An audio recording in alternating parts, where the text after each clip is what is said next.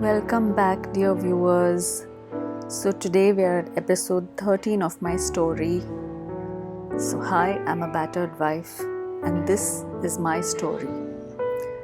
To give you context, dear viewer, I have been telling you about my background. Last week I told you about how Dad completed his government assignment and decided to do a dairy and poultry business next. I described the house and its surroundings. Today, I will tell you more about life at Dapchari. So, I will narrate some of my memories from living at Dapchari. But like I had mentioned earlier in a different video, these events might have happened over an extended period of time since we lived at Dapchari for a long time. Full time initially, and later we would go there for like weekends, vacations, and whenever we could. So I may not be narrating the events at Dapchari sequentially, but these are my memories of that place. So basically all our neighbors were supposedly poor, underprivileged farmers who were the beneficiaries of a government scheme wherein they received land and a house on lease via a government loan that they were not really expected to pay back. So that was like, it was a given that that loan was going to be excused afterwards. So we did not really belong with these people. And so we stood out like sore thumbs. To begin with, Dad being a practicing Sikh, a Sardar, he had his beard, pagdi, the works. We girls had untrimmed hair and so we had super long braids. And plus Mom home-stitched our clothes, so our dressing was also different. So we looked unlike anyone else around. Mom also wore the traditional home-stitched Punjabi salwar kameez that was typically worn by the villagers in Punjab. So she also stood out anywhere except in a rural Punjab setting. People could just see her and, notice that she is not like a typical person of that area. So neither were we Maharashtrians nor Hindus.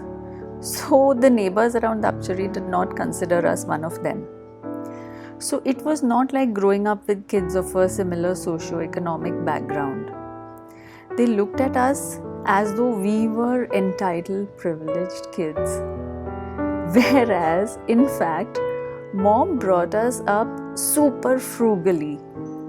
Thanks to Mom's own upbringing on a super strict budget, she imbibed that in her life with us. Like her dad had also told her, don't ask your husband for money, like manage with whatever he gives you. Don't come across as someone who's like greedy for money and those kind of things. So that's how she lived. So I'll just give you an example. So for instance, that everyone is familiar with Parleji Biscuits, the common biscuits that are everywhere. So when we were growing up, it was probably just called glucose biscuit or Parle biscuit or something like that. So Mom would have a packet of that kept in the kitchen or pantry, whatever you choose to call it.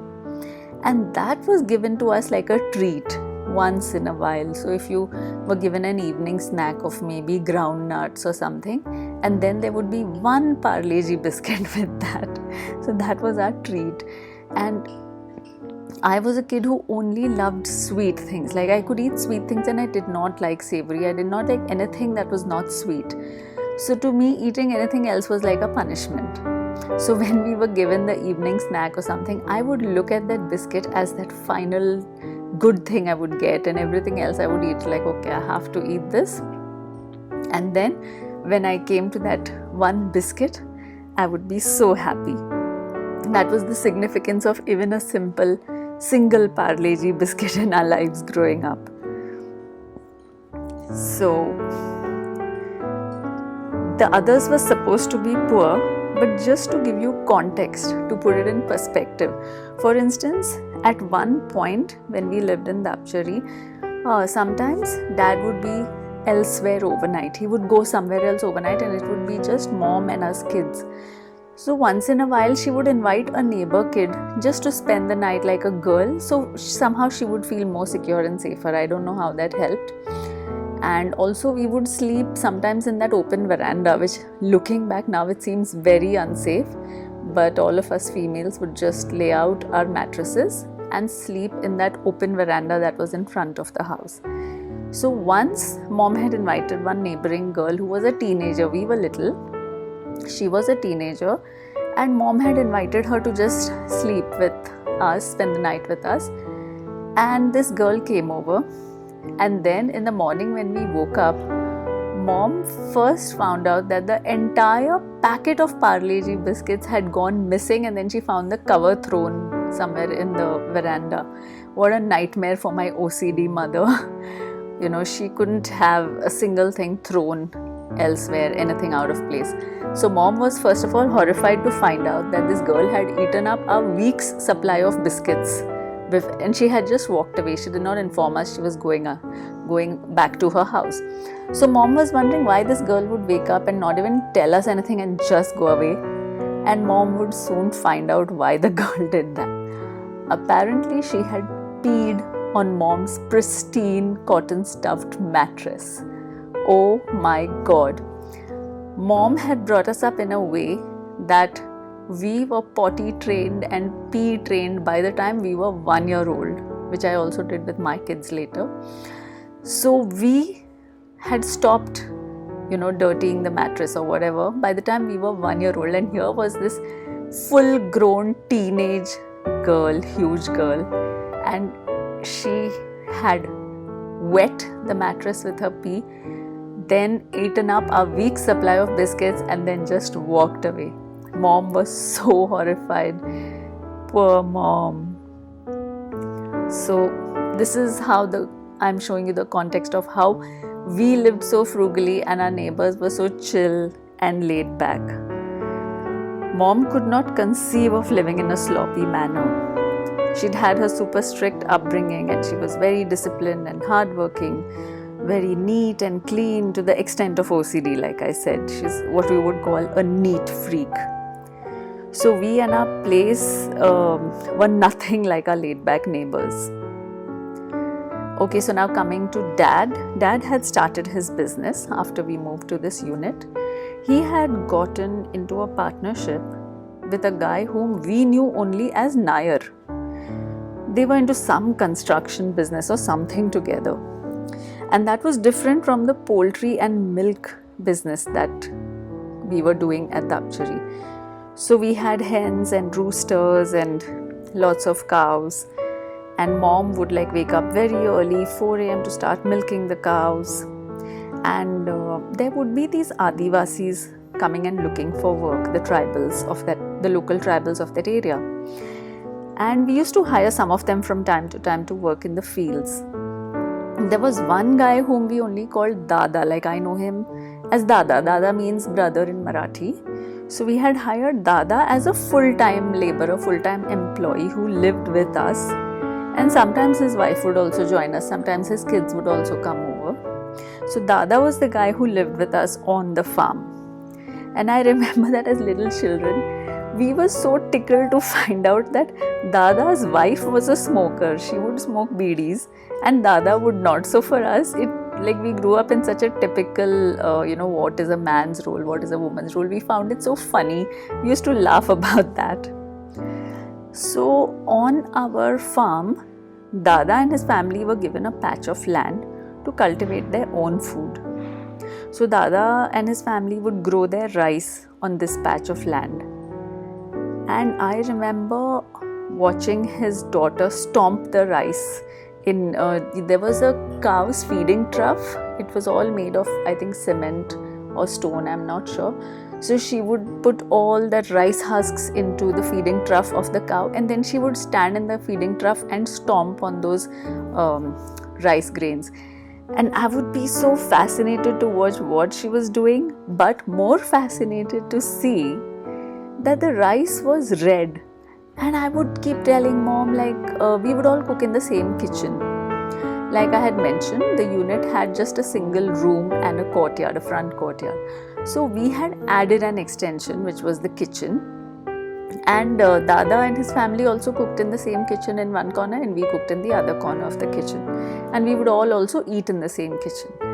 So I remember looking at the red rice with such envy and fascination and being like, I want to eat that red rice. I don't like white rice, I like red rice. And once in a while Dada would feel like maybe sorry for me, and he would just give me a taste of the red rice. So just a couple of times I got like a handful of the red rice, that's it. But I was so taken by the idea of red rice. My eyes would be like on their food when we ate. So one more structure that we had made in this house was the toilet. So the house did not come with a toilet. So if you look at how it was laid out, we had our house, then there was an open courtyard, then there was the cow shed with that feeding trough area and the water area where the cows drank water, and then behind that we had made the toilet. So I remember my sister Ruby was so naughty.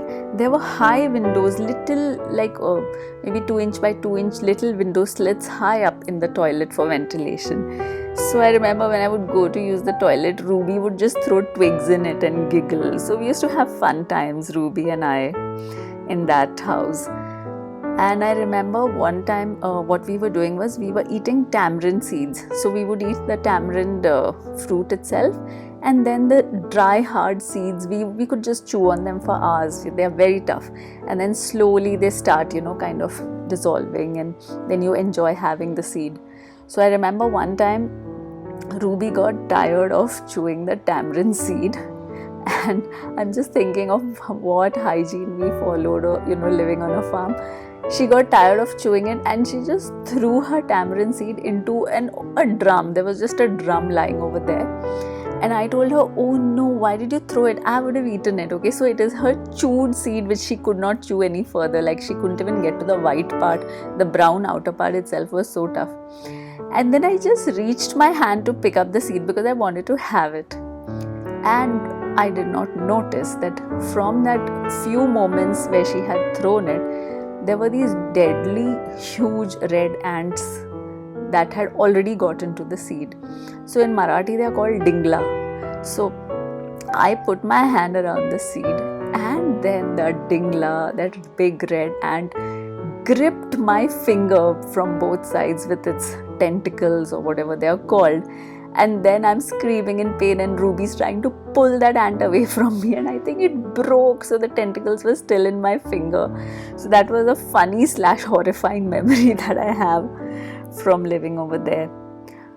Ruby was also very creative. She loved to be funny, like she would sneak up on me and give me the scares. I was always a little scared by this thing that any time she would creep up and scare me. The jump scare, but then also it was fun. Like I was scared and it was fun, something like horror movies. So one another thing that Ruby would do on my birthdays, what she would do is we had all of these flowers in our garden. So she would pluck lots and lots of flowers on my birthday, the marigolds I think they are called. And then she would make earrings for me out of those. She would make necklaces, anklets, bangles. So on my birthday every year, I used to get a new dress that probably mom had stitched.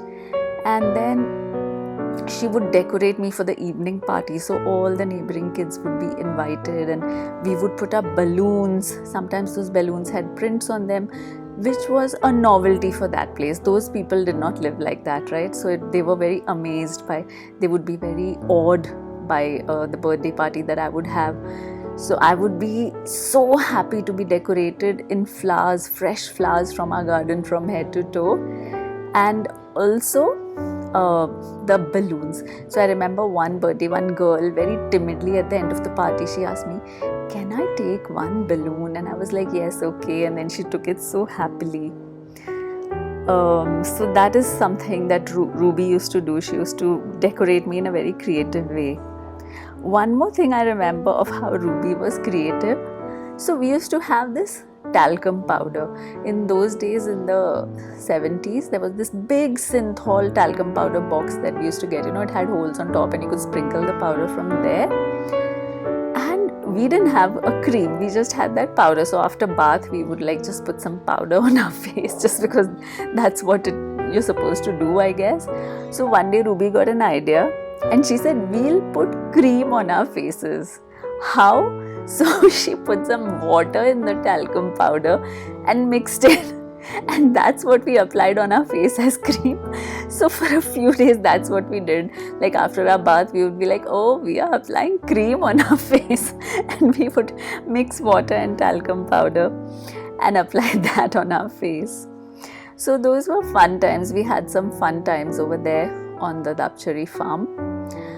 And then something happened. Mom had an unplanned pregnancy over there when we lived on the farm. I was 3.5 years old, I guess. I was definitely, 3.5, below 4, 3.5 years old when Mom conceived again. Now this was an unplanned pregnancy, and I will tell you more about this in the next episode. Until then, stay safe, stay healthy, dear listeners. I'll say goodbye now. Please subscribe to my channel if you have not yet subscribed. Please click the like button if you like my story. Please share this video with someone if you think that it might be helpful to them or just entertaining to them. So please do share my video with others. So this is the story of my life, every word true. Goodbye, dear listeners. Till next time. Bye-bye.